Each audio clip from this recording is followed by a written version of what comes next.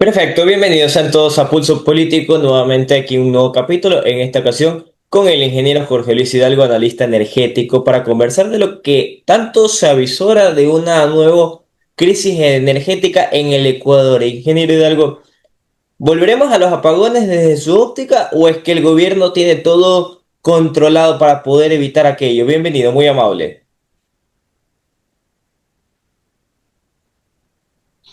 Abrazo, Tadeo, gracias por la invitación. No quisiera emitir un criterio personal, sino referirme a datos oficiales, porque creo que esa es la forma responsable de comunicar esto, algo tan delicado. Y según un informe muy mal hecho de SENACE, que debería costarle el puesto al director, concluye en el informe que sí y solo sí se cumple con la nueva generación, digamos, en una etapa ya de operación comercial de 930 megavatios más, y sí, solo sí se cumple con que Colombia nos venda electricidad a full capacidad, podríamos evitar apagones. Conclusión de SENACE, no mía. Y obviamente ya vemos que no se está cumpliendo porque está Proge en Austral, están otros proyectos ahí que no han logrado entrar en su etapa de despacho comercial. Y esto, digamos, es fácil concluir que si es que no se ha cumplido lo que dice SENACE, evidentemente el riesgo de apagones está latente. Decía, esto usted ve que lo de Senace es un tema dañino que la intención ellos no la palpan o es una manera de decirle a la ministra a medias, porque el que resiste es el papel, más allá de las palabras que puede salir a decir Inés Manzano. Es que primero esa es la contradicción, porque parecería ser que los pseudo técnicos quieren ir en contra del gobierno.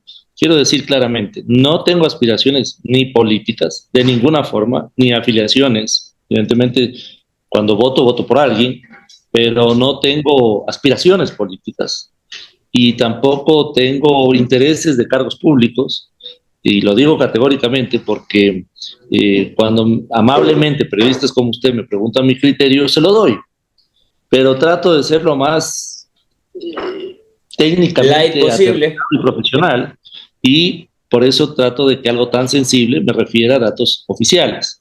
Si esos datos oficiales que contradicen en todo a la ministra no es correcto, corrijan esa información, hagan un nuevo estudio y digan, nos hemos equivocado en esto, en esto, en esto, y con eso nosotros podemos basarnos en esa información. El gran problema es que se nace es, digamos, es el ¿El que manda?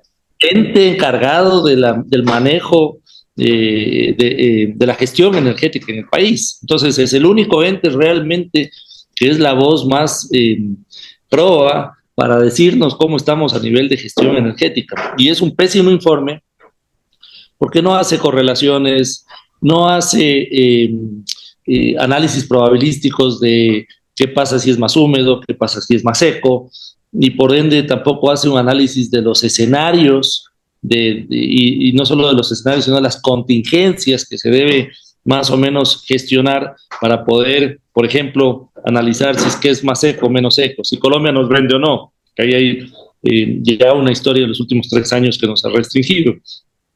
Si tenemos, digamos, se cumple o no el plan de inversiones que evidentemente no se ha cumplido. Entonces, con esos escenarios, con ese cruce de información, deberían dar contingencias y un análisis de qué se debe hacer para manejar esto. Pero, por ejemplo, con este plan de contingencia que usted un poco me detalla, o sea, la palabra como tal, si usted se recae a las redes sociales del ministerio, en la que podrá observar que en las últimas 17 horas el gobierno nacional puso en operación un nuevo transformador potencia en la subestación 4 en Parque Industrial Cuenca, con el objetivo de garantizar un servicio eléctrico más confiable. Ese es uno de los que me comunicó. Y también, hace menos de 24 horas, se concluyó el mantenimiento programado de unidad de generar en Mazar 1 luego de 72.000 horas de operación. El trabajo forma parte del Plan Integral de Mantenimiento en Centrales. Estamos viendo que están comunicando arreglos, pero estos arreglos sobran y bastan. A ver, y no puedo dejar de, digamos, no puedo ser insensato y decir que no se ha hecho nada, ¿no es cierto? Evidentemente rescataron Toachi Piratón en la fase que faltaba, Eh, por ejemplo, están haciendo esfuerzos para que se levante la producción de gas del campo Amistad, que dicho sea de paso, usted recordará cómo se pasearon por todos los medios los importadores de gas, Ujú. diciendo que si se cambiaba la regulación y reglamentos, tal como se hizo, con punto y coma como querían, íbamos a tener abundancia de gas y no hay un pie cúbico de gas, excepto un par de cisternas que han traído. Entonces, qué bueno que estén haciendo esfuerzos por promover la producción nacional en campo amistad y aumentar gas. Me parece que hay un nuevo proyecto que se llama El Descanso de 20 megavatios. Todo eso suma y hay un esfuerzo detrás. No se puede pensar que no se ha hecho nada. Sin embargo, es insuficiente, de acuerdo a CENACE, porque nosotros deberíamos estar con unos 930 megavatios ya, digamos, en operación y creo que nos faltan como 250 megavatios. Por eso probablemente es lo que sacaron una nueva licitación para aumentar la capacidad energética en tierra y esta licitación se cayó porque no estaba de acuerdo a lo que esperaba el gobierno como este, propuestas, imagino que en tiempos, y por ende están otra vez al apuro de última hora tratando de traer una nueva barcaza de más o menos 230 megavatios. Entonces, el gran desafío es si yo, si Colombia nos vende o no a full capacidad, porque si Colombia nos vende a full capacidad, más o menos el déficit es de 260 megavatios, que entiendo que lo van a tratar de recomponer con esta barcaza. Y si Colombia no nos vende energía, el déficit hoy por hoy puede ser por los 700 algo megavatios. Casi 1000. Entonces, eso nos pone en una posición bastante comprometida. Y también el otro problema que tiene el país, esto no es un problema que lo ha generado el gobierno, pero vamos a entrar a más de 500 megavatios de barcaza, más Colombia y más la generación con diésel importado. Eso quiere decir que cada vez estamos más expuestos al chulco energético. En Entonces, otras si usted le palabras, suma los 140 millones de dólares que yo dudo que los podamos rescatar de ok. Progenia Austral, la nueva barcaza que son, digamos, unos 200 millones de dólares más, ¿a quién le van a pasar la factura si es que la misma agencia de regulación dijo tenemos un déficit de costos porque nos ha incrementado los costos versus tarifa de 630 millones de dólares y por eso justifican elevarle el precio de la electricidad a grandes industriales y a la mediana, digamos, a industriales medianos, media tensión, pero se olvidan de topar la tarifa eléctrica para el sector más ingrato que tiene este país, que es la gran minería. Enormemente ingratos, porque el país les ha abierto las puertas, están haciendo buenos negocios y eso es bueno para el país. Pero ellos, por ejemplo, les quieren poner la tasa minera y vean la Cámara de la Minería, que tengo el honor de Exacto. estar bloqueado en su cuenta. Pero miren la Cámara de la Minería cómo ponen ¿El unos honor de estar qué? dispositivos. Perdón, Usted dijo que tiene el honor de estar qué con la Cámara de tengo Minería el en las redes honor de sociales. que me bloquearon en la cuenta de X. Ok. ¿Por qué motivo? Y porque los he cuestionado, porque ponen estos dibujitos que se va el señor en el avión con una maleta llena de dinero y se va a invertir a otro país por la tasa minera. Y le demandan al Estado porque les quiere aplicar esta tasa minera. ¿Pero qué Pero cree? su óptica Oh, más allá desde perdón, la perdón, perspectiva Tadeo, solo eléctrica. permítame terminar esto, Ya, ok, que es sí. importante. Pero guardan silencio de los subsidios energéticos que les da el país, de electricidad y de combustibles. O pregúnteles cómo transportan el mineral, 500 trailers diarios, desde la mina hasta el puerto. ¿Con qué diésel funciona ese transporte? Con diésel subsidiado.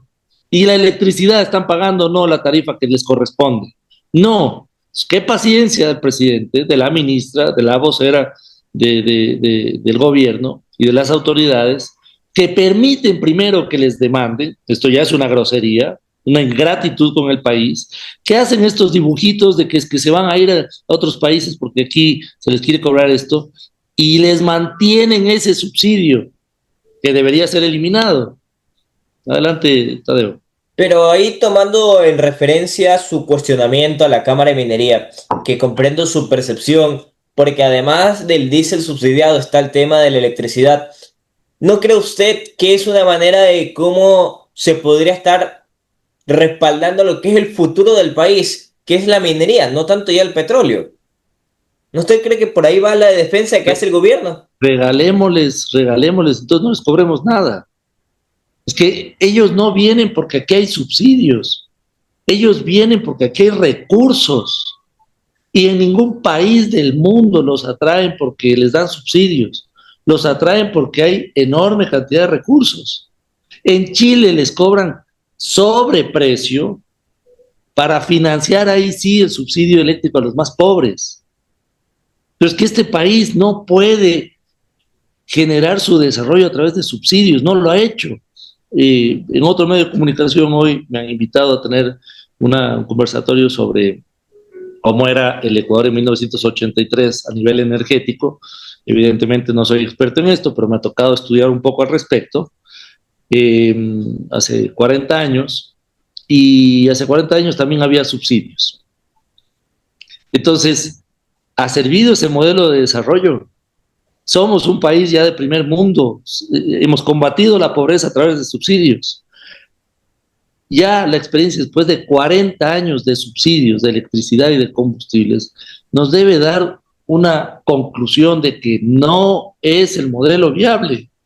Evidentemente no podemos echarlos afuera pues a los más pobres del país, que son gente que evidentemente tiene que ser cuidada y protegida. Eso ya no es un tema técnico, pero hay que cuidarlos, protegerlos, pero de otra forma, con otro mecanismo. Es decir, bajo mi humilde criterio, hay que eliminar todos los subsidios y hay que mejorar algún mecanismo tipo bonos de desarrollo humano, tarjetas de consumo, dinero directo a las arcas de los más pobres, y a ellos sí protegerlos.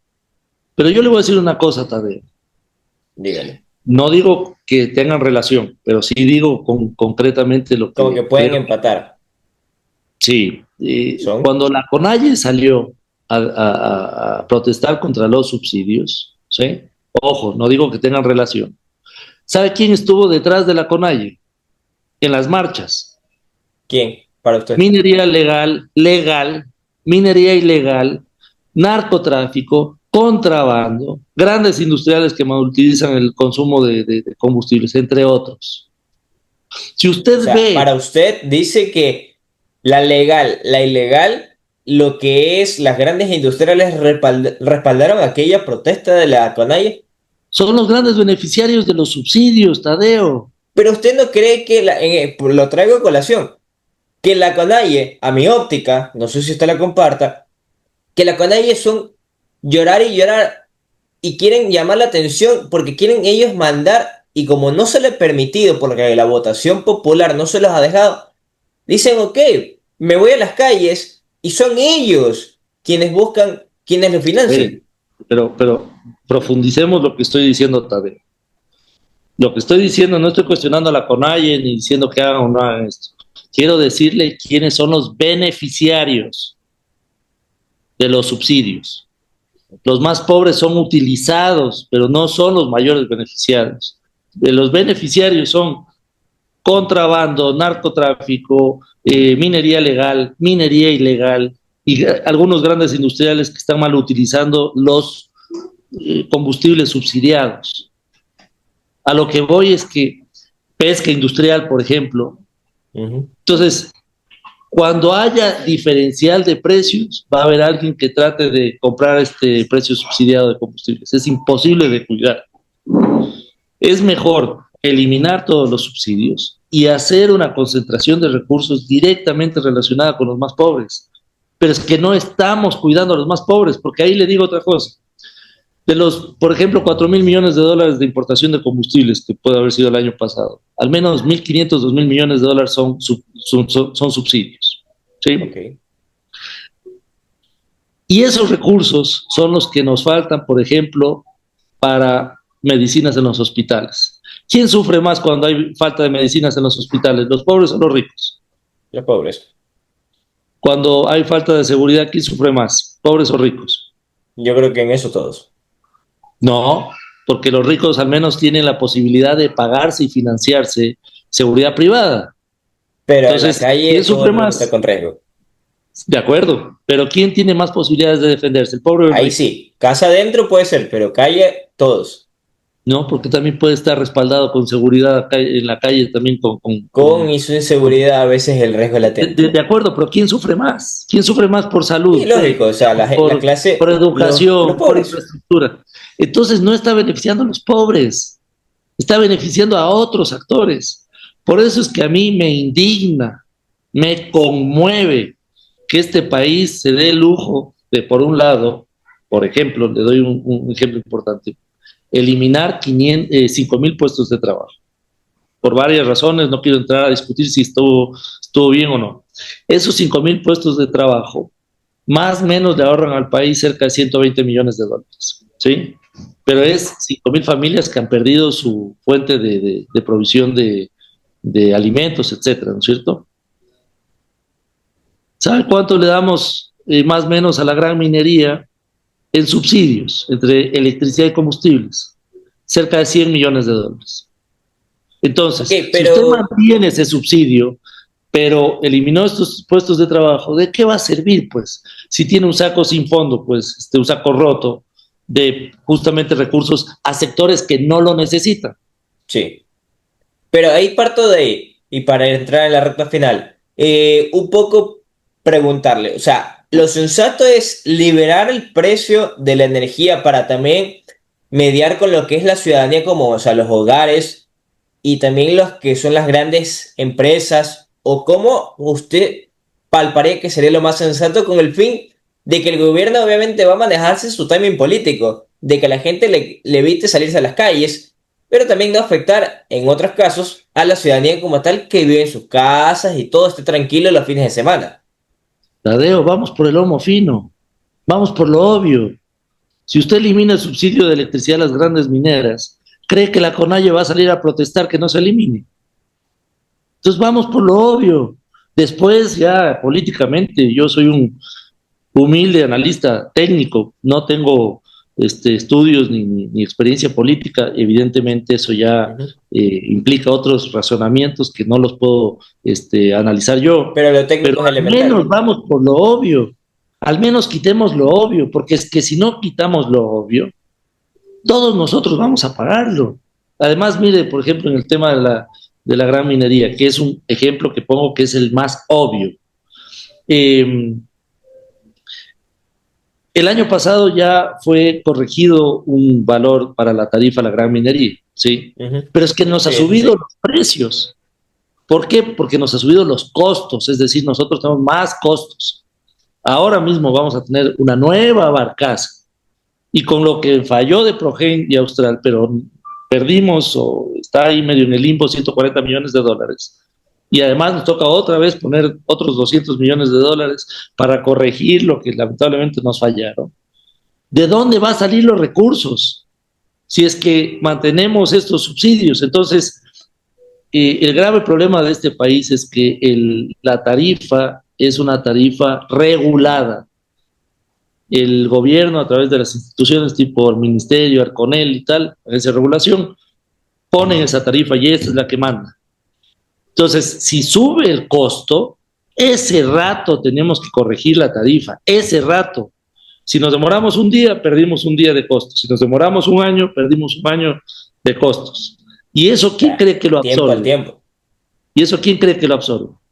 La Todos ciudadanía como nosotros. tal. Entonces, imagínese usted una panadería. Usted vende panes a 20 centavos, pero le cuesta producir 10 centavos, 15 centavos, 16 centavos, lo que fuera. Entonces tiene un margen 2, 4, 6, lo que sea del margen de ganancia. Pero imagínense que le suben los costos a 23 centavos. Usted, imagínense que dice, no, el precio está regulado, usted solo puede vender a 20 centavos. ¿Qué le va a pasar a la panadería? Empieza a Sí, caer. va a quebrar, pues, porque mi costo es más alto del precio que vendo. ¿Sí? Entonces, ¿qué pasa con el señor dueño de la panadería? O sea, qué pena, me subió los costos, tengo que subir hoy el precio, porque si no voy a quebrar.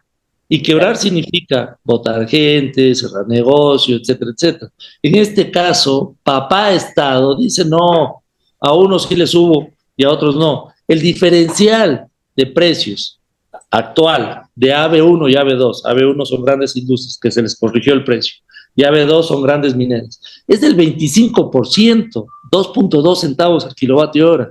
No hay razón técnica para justificar ese desbalance de números.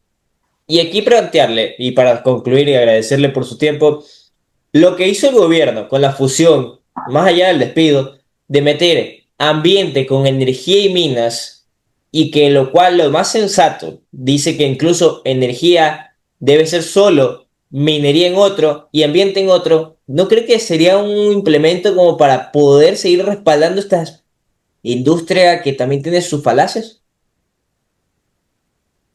Es que no quiero que se me malentienda, a la industria hay que apoyarla. Pero ¿cómo la apoya? Sacándole rápido los permisos, apoyándole en todo el proceso, gestionando de mejor forma esto, ayudándole con la comunidad, etcétera. Eso es lo que el Estado debe hacer y lo que hacen otros países con éxito. Pero apoyarle no es regalarle recursos, Tadeo. No somos un país de primer mundo para darnos estos lujos. Y los países de primer mundo que podrían hacerlo, saben que a estos sectores no les beneficia darles, regalarles dádivas. Los recursos son finitos y los subsidios deben ir a los más pobres para ayudarlos porque no les alcanza. ¿Qué hacemos nosotros? Por ejemplo, una de las empresas creo que tuvo ingresos por 1.500 millones de dólares y tuvo rentabilidad de por lo menos unos 600 millones de dólares. ¿Qué hacemos nosotros dándoles subsidios que además no necesitan? No es que quiebran, no es que, como dice la Cámara de la Minería, se sube al avioncito y se va a otro país. ¡Qué ingratitud de este sector! ¿Cuándo van a venir y decir gracias por dejarnos entrar a este país a poder gestionar sus recursos? Gracias por darnos las autorizaciones. No queremos sus subsidios, no necesitamos sus subsidios. Transparentemos las cifras. Ojo, yo no digo que abusemos de precios y les sobrecobremos, como Todo lo hacen en sensato. Chile. Cóbrenle lo que cuesta, ¿por qué es tan difícil? Y además, ¿por qué eso debería ser ofensivo con la Cámara de la Minería a tal punto que me han bloqueado en la cuenta de X? ¿Por qué debería ser ofensivo? Lógico que no tiene sentido. Sí lo comprendo y es que es lo que el timing podría decirse, tengo miedo de atacar de donde provienen recursos, por así decirlo, que es lo que la gente palpa, que es a veces por lo cual los gobiernos se detienen un poco. De acuerdo, pero no tienen miedo pues a dejar a los hospitales sin medicinas. ¿A quién deberían Es tener más miedo? lamentable. Sí, totalmente coincido con usted. Quiero agradecerle, ingeniero Hidalgo, por su tiempo aquí en Pulso Político. Muy clara su posición y obviamente con las posturas que van a mediano y largo plazo que afectan al país, desde lo económico y de lo energético. Muy amable por su tiempo aquí en Pulso Político. Gracias, Tadeo. La verdad es que esto no es tan fácil porque estamos tratando de poner el dedo en la llaga, que mucha gente no se atreve a decir estas verdades incómodas, pero alguien tiene que decirlas y se tiene que generar cambios en el país. Lamentablemente, muchos ven a nosotros como enemigos cuando corregir estas distorsiones le ayudan al gobierno a gestionar de mejor forma los recursos. Así que le agradezco por la invitación. Gracias a usted, ingeniero Hidalgo. Seguimos con más Impulso Político, conversando de varios temas. Nos sigan, no olviden seguirnos en nuestro canal de YouTube.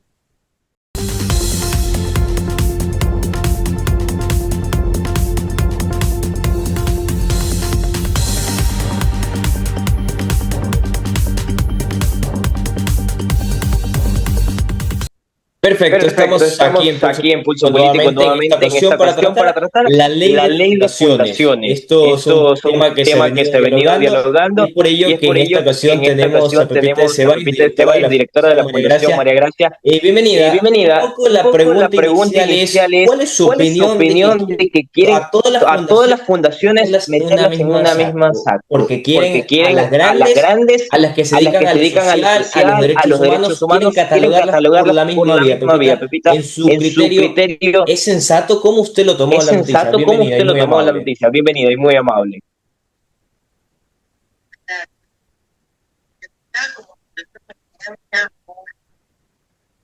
problemas con la ley. Porque creo que sí es importante tener el control de las fundaciones, pero no de la manera como hay que considerar muchísimas cosas. Yo entiendo el espíritu de la ley, lo entiendo perfectamente. El espíritu de la ley, que ya pasamos antes por esto, en el año 2013, 2014, me parece, es contribuir a las fundaciones que tienen donaciones extranjeras o que tienen algún tipo de algo un poco extraño. Pero eso no es el caso nuestro. Pero para nada. Nosotros somos situaciones y creo que somos de las pocas que siguen funcionando y que vivimos de ustedes, de lo que una persona nos dona, lamentablemente son especies, que quiero decir, que quiero decir, cunas, pañales, para nosotros poder atender a los niños que son más o menos 300 tanto, que estamos atendiendo niños con desnutrición crónica infantil. Entonces, estamos pidiendo cariño comprendiendo la calidad. Entonces, por ejemplo, pedir que tengan un auditor externo para que explique.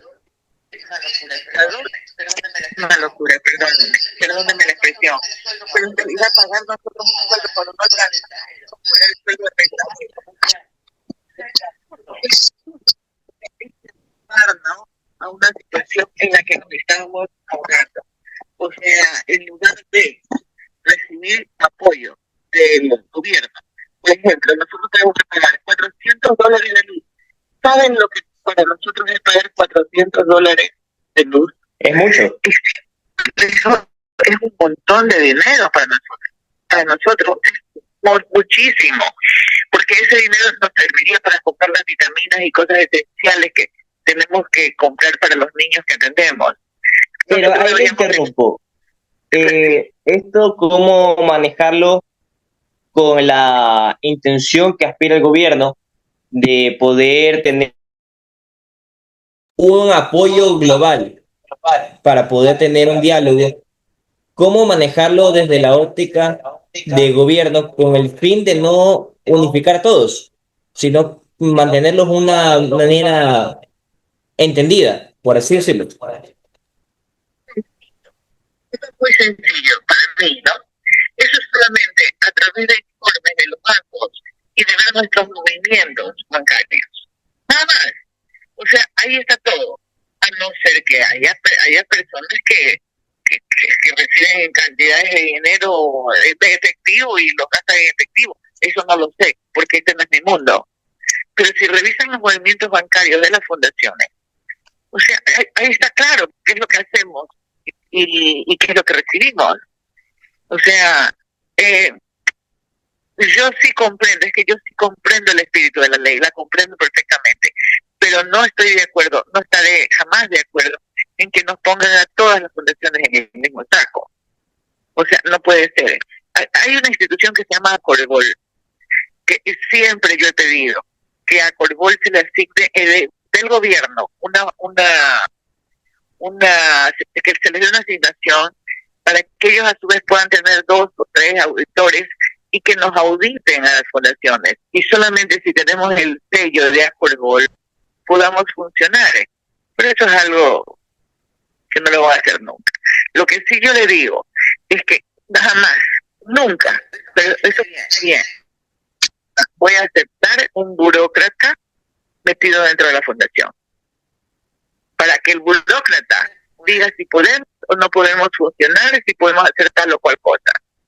Porque eso se presta a la corrupción. Yo nunca en la vida he dado $1 a nadie para hacer un trámite ni cosas por el estilo, y no vamos a hacer eso. Porque todo lo que toca el gobierno, no es que cualquiera, está corrupto. Hace poco, o sea, para darnos un permiso, entonces los ponen todos las trabas habidas y por haber. Okay. ¿Ya? Entonces, y las cumplimos. ¿Y sabe por qué las cumplimos? Porque no vamos a caer en el asunto de dar dinero para que nos pongan una firma. Pero eso gastos. Por ejemplo, nosotros tenemos un laboratorio de análisis clínicos para darle exámenes a la comunidad y a nuestros niños gratuitos. Nos pidieron que instalemos un lavamanos en el sitio donde tomamos las muestras de sangre. ¿Ah? Eso costó $300. Pero, ¿para qué? ¿Cuál es la necesidad? Si la persona más está con guantes que se abren delante del paciente, está con guantes y con todo, con mascarilla, con todo. Son leyes que la gente inventa como para hacer la vida más de cuadritos al resto. Es una manera de cómo los van catalogando dentro de todo un paquete, por así decirlo, hacerlos a todos. Se suma, Pepita, aquí a esta entrevista César Recauter, director de Fundamedios. César, bienvenido. Estoy con Pepita de Ceballos, vía telefónica, directora de la Fundación María Gracia. Su perspectiva también como una organización, en este caso, que respalda a los periodistas y tomando en cuenta lo que es una fundación, como lo es Fundación María Gracia, ¿cómo usted tomó la ley de fundaciones? Buenos días, Tadeo. Un buen saludo también a Pepita y a toda la audiencia. Bueno, yo creo que evidentemente esta conversación nos dice claramente la amplitud, la variedad y lo heterodoxo que es el mundo de las organizaciones de la sociedad civil, de lo que comúnmente se conoce como fundaciones, pero que en realidad, claro, son, en realidad aquí entra organizaciones, ONGs, entran fundaciones propiamente dichas, corporaciones, movimientos sociales, cámaras, gremios, etcétera, etcétera. Es decir, estamos hablando de todas las formas de participación social, de cómo los ciudadanos nos organizamos para participar en la vida pública, en la vida social. Queremos aportar a nuestra comunidad desde diferentes perspectivas, desde diferentes causas. Y lo que está haciendo esta ley, este proyecto de ley, que desde su nombre es francamente ofensivo, porque lo que nos dice es que la ley es de lavado o de prevención de flujo de capitales ilícitos, ¿no es cierto? Y en realidad es una ley de ONGs, una ley de fundaciones, una ley de participación, una ley de sociedad civil, ¿no es cierto? Porque regula básicamente a todo el lo llamado el tercer sector. Y básicamente lo que hace es partir de la sospecha de que todo el sector, todo el tercer sector, ese gigantesco mundo de participación de los ciudadanos está marcado por el lavado de dinero. Y esto no corresponde a la evidencia empírica. De hecho, Tadeo, Pepita, si uno se pone a examinar con cuidado la justificación, la exposición de motivos de este proyecto de ley, no va a encontrar un solo dato que nos diga que el tercer sector es el gran lavador de dinero de este país. Ningún dato. El único dato que aporta el gobierno en este proyecto de ley es que las fundaciones son aproximadamente, dice el proyecto de ley, 71,000 organizaciones. De esas 61,000 están activas, por lo tanto el gobierno dice el 80%, en realidad es el 85% según sus propios datos que además recoge de un informe de otra ONG llamada Grupo Faro, ¿no es cierto? No se atreve el gobierno a exponer con sus propios datos, los datos que genera públicamente, no se atreve a recogerlos públicamente, sino que cita a una organización. Y lo que hace es que en realidad es un dato además equivocado, quiero mencionarlo. En realidad, si uno entra al mismo registro estatal de organizaciones, el suyos, va a encontrarse con que somos 75,000 organizaciones y de esas 65,000 están activas. Ese es el único dato, Tadeo, que el gobierno aporta. Y de ahí el segundo dato es que el 70% están concentradas en Quito y Guayaquil, lo cual tampoco nos dice nada.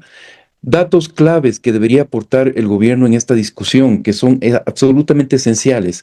¿Cuál es el peso económico? ¿Cuánto dinero mueven las organizaciones de la sociedad civil en este país? Sí, Tadeo. Para empatar un poco con lo que me decía Pepito hace un instante y también para plantearle, es los gastos que van a generar. Ella, por ejemplo, me manifestaba el hecho de tener que incrementar un auditor. Pepita, para usted con lo que he escuchado de César, preguntarle, hay una que los están metiendo igual a todos en una sola funda, por así catalogarlos, pero manifestarle el hecho de que hay que una manera de que la ley no los profundiza, o sea, no los va más allá. Para usted, Pepita, y tomando en cuenta lo que dice César, ¿cómo usted lo palpa y cómo también trasladarlo a mediano y largo plazo? La reacción que ha generado esta ley. Bueno, en este momento la ley ya ha comenzado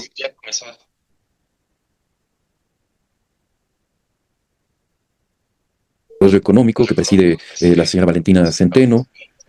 Ayer fueron recibidas las principales autoridades del gobierno que están eh, propulsando esta ley, encabezados por el secretario el secretario por la Integridad y actualmente también director encargado de la UAFE, el señor Neira.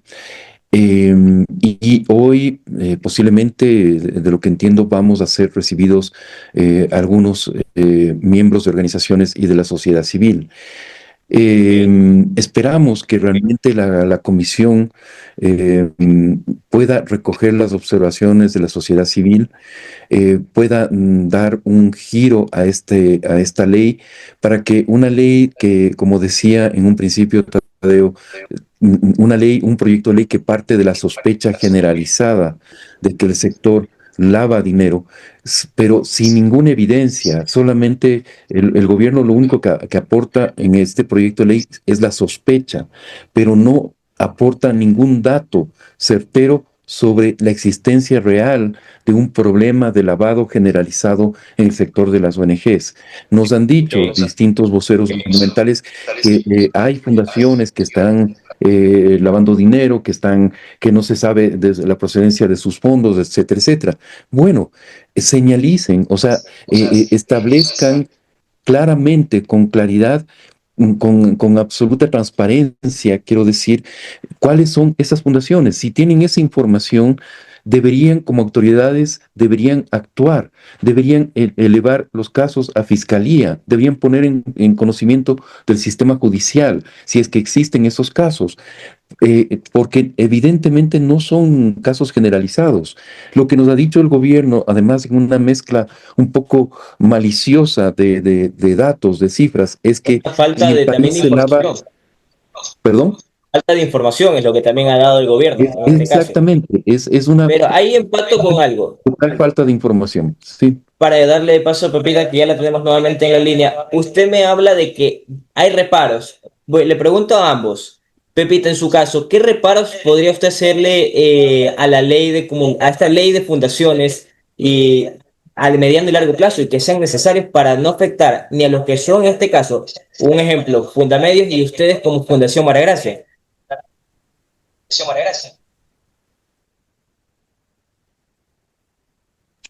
Porque a mí, desde el primer momento, me sentí como lastimada cuando escuché este asunto de la ley de las fundaciones.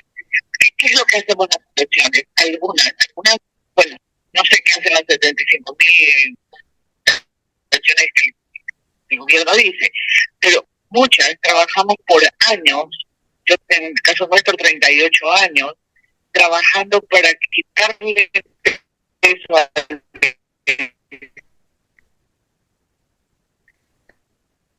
Estado. Hemos nosotros salvado más de 20.000 vidas y hoy día llegamos donde el gobierno, que nos piden así como sospechosos de lavar activos, o sea, de tener dinero ilícito, como que duele, ¿no? Porque si uno, en mi caso, yo he dedicado mi vida por la muerte de mi hija,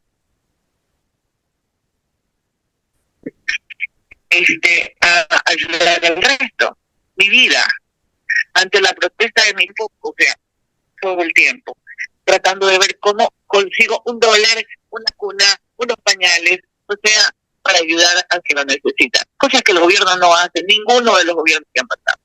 Cuando llegamos al hospital del Niño Francisco de Casa Bustamante no había ni aires acondicionados en la terapia intensiva.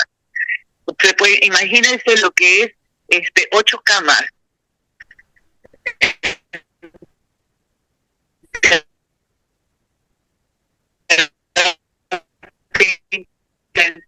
iba con niños sin aire acondicionado y se morían. No habían con la ayuda de la comunidad. Entonces de repente sentirse como observados como si fuéramos entes medio malignos, medio delincuentes, duele.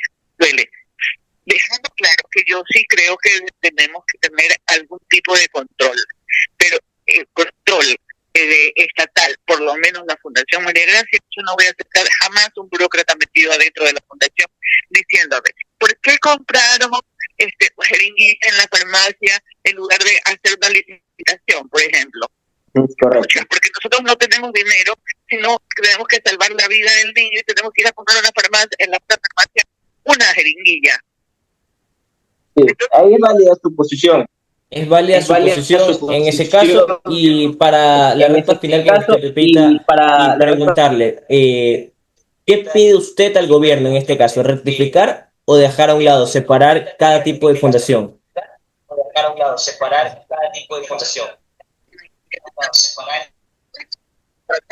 a una situación que el gobierno presuma que tiene lavado de activos, que recibe donaciones sospechosas, que sí seguramente las hay, ¿ya? Entonces, que nosotros somos una institución de verdad, de corazón, trabajando por los que menos tienen y, ojo, quitándole peso al Estado, porque eso es lo que hacemos las fundaciones en definitiva. Si el gobierno tuviera que valorar las horas que trabajamos los voluntarios, no tendría dinero para pagarnos. O sea, es imposible. Entonces no se está pensando, no se está actuando de la manera adecuada. Y con esto no quiero decir que se unen 3 o 4 personas y pueden comenzar a pedir dinero como les dé la gana y gastarlo como les dé la gana. No puede ser. Porque eso también se presta a la corrupción. Yo creo que de alguna manera, esta ley también está llevando a la corrupción a la fundación. ¿Por qué? Porque mucha gente, para quitarse un problema de encima o porque se lo hacen premeditadamente, paga. Y si la gente tiene dinero, paga más. Nosotros no nos puede sacar nadie $1 porque tenemos las cuentas abiertas para quien le dé la gana. ¿Verdad? De la corrupción. Perfecto, ahí está, perfecto. Trámite puede hacer acá, usted no paga. La Fundación María Gracia no pagará nunca antes cerramos y pagar algo para tener un permiso, entre comillas. Quiero agradecerle a Pepita de Ceballos por Diálogo aquí en Pulso Político respecto a esta percepción de lo que es la ley de fundaciones. Pepita, muy amable por su tiempo. Gracias. Retomo con César Recauter y César, muy amable por su tiempo, pero usted sabe que la interacción de 2 diálogos es esencial. En este caso, plantearle a usted la interrogante, escuchándola a lo que decían desde la Fundación María Gracia, de que usted, por ejemplo, ellos cerrarían de llegarse a dar el caso. ¿Cómo usted toma? ¿Y cuál sería el futuro de Fundamedios si esta ley prosigue?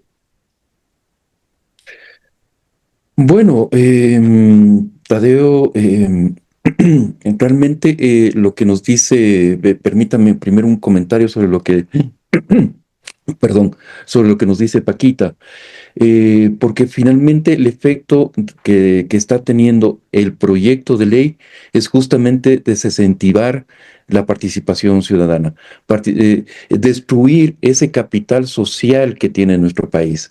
En vez de tomarlo como un problema, la existencia de 75,000 organizaciones, que es el registro, en realidad no es el dato que el gobierno pone en la ley, son 65,000 activas, en realidad son 65,000 organizaciones activas, según el registro gubernamental, de pronto son menos, pero el asunto es que se está destruyendo ese capital, ese enorme capital social. El hecho de que ciudadanos se hayan involucrado, hayan hecho proyectos de vida alrededor del servicio real a la comunidad, eso se está destruyendo con este proyecto de ley. ¿Qué haremos desde Fundamedios? ¿Cómo quedaría Fundamedios? Sí. ¿Cómo quedaría Fundamedios? Miren, este proyecto de ley es sumamente oneroso para las organizaciones. Te impone la existencia de un oficial de cumplimiento de las políticas de integridad. Es decir, primero tienes que tener unas políticas de integridad como si fueras un banco, una cooperativa. Lo que hace la ley básicamente es imponer controles propios del sistema financiero, trasladarlos a la sociedad civil.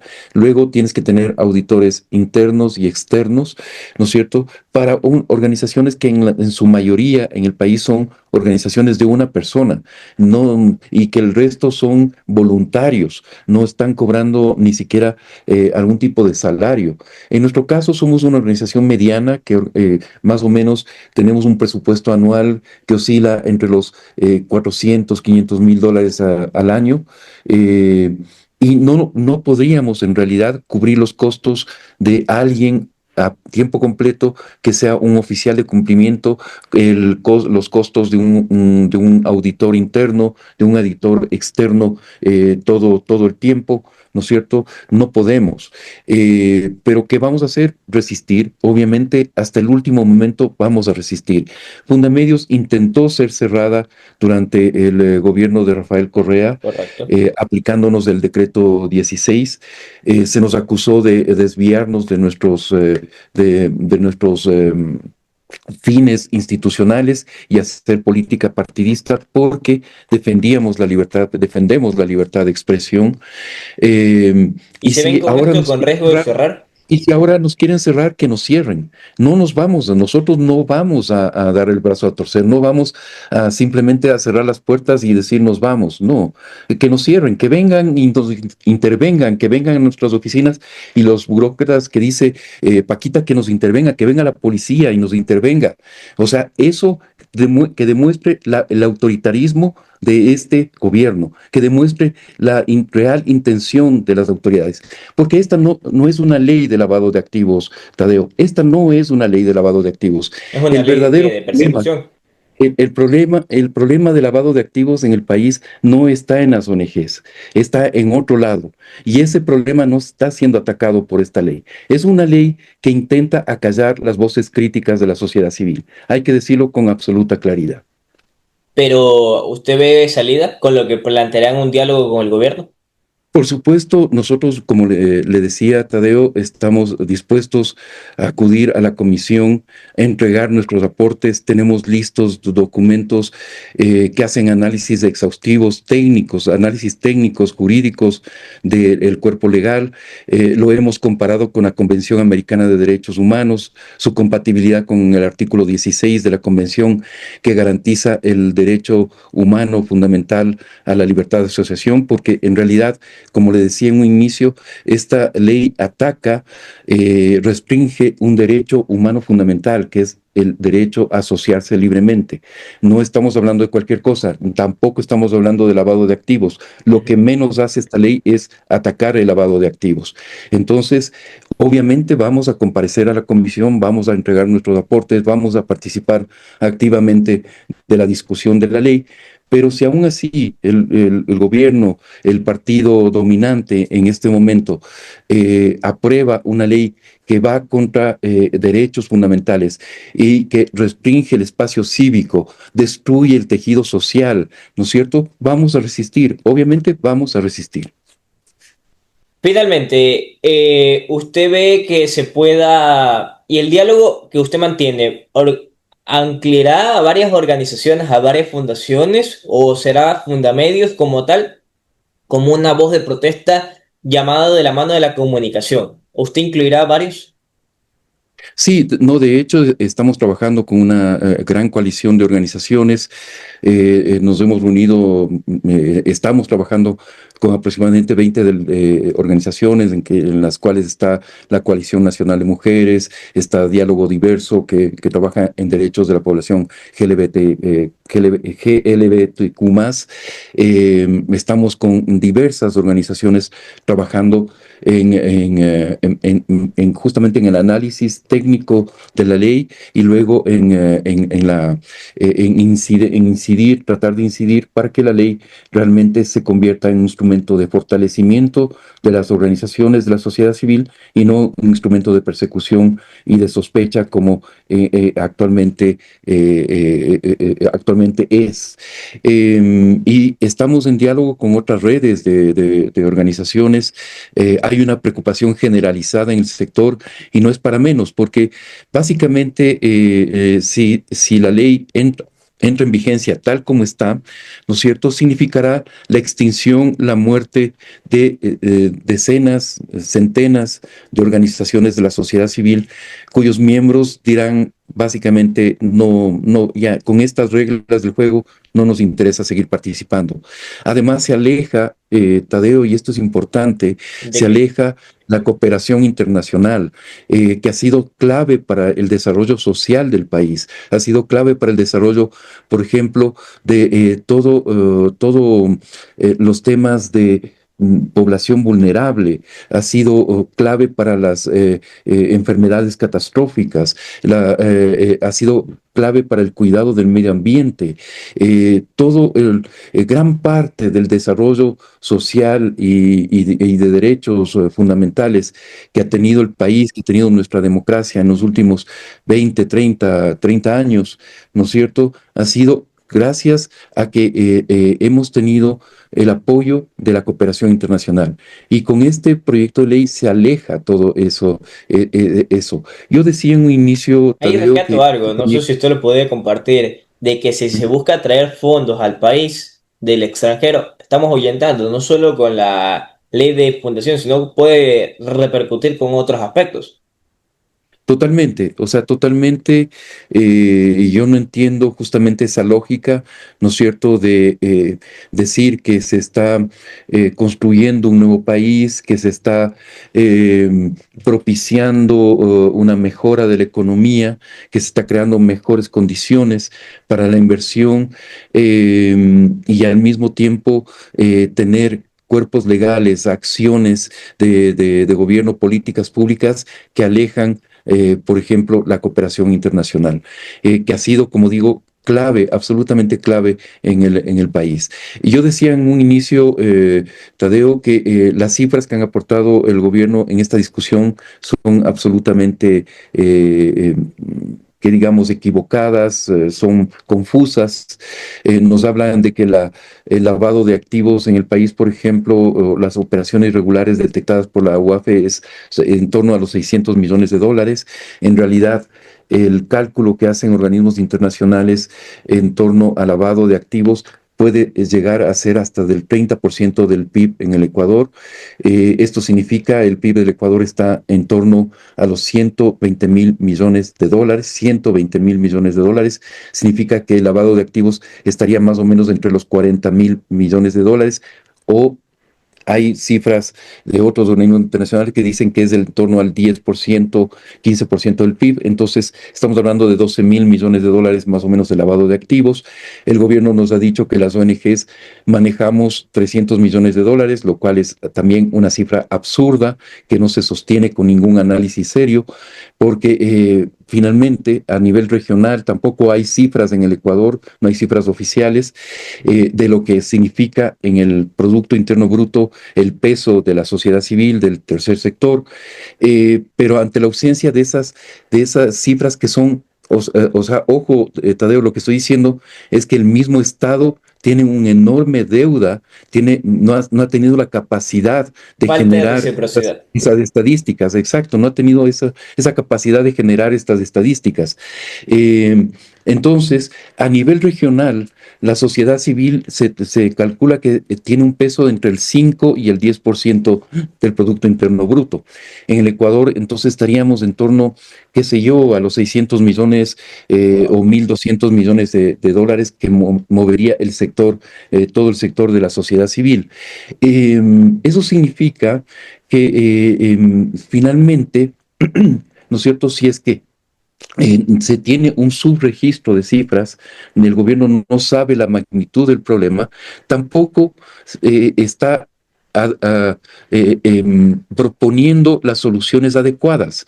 Si no sabe la magnitud del problema, si desconocen totalmente la realidad de lo que, primero de lo que es la sociedad civil y luego de lo que es el lavado de activos, mal pueden proponer una ley que ni ataca al lavado de activos, ni tampoco impulsa, fortalece a la sociedad civil en el Ecuador. Ninguna de las dos cosas.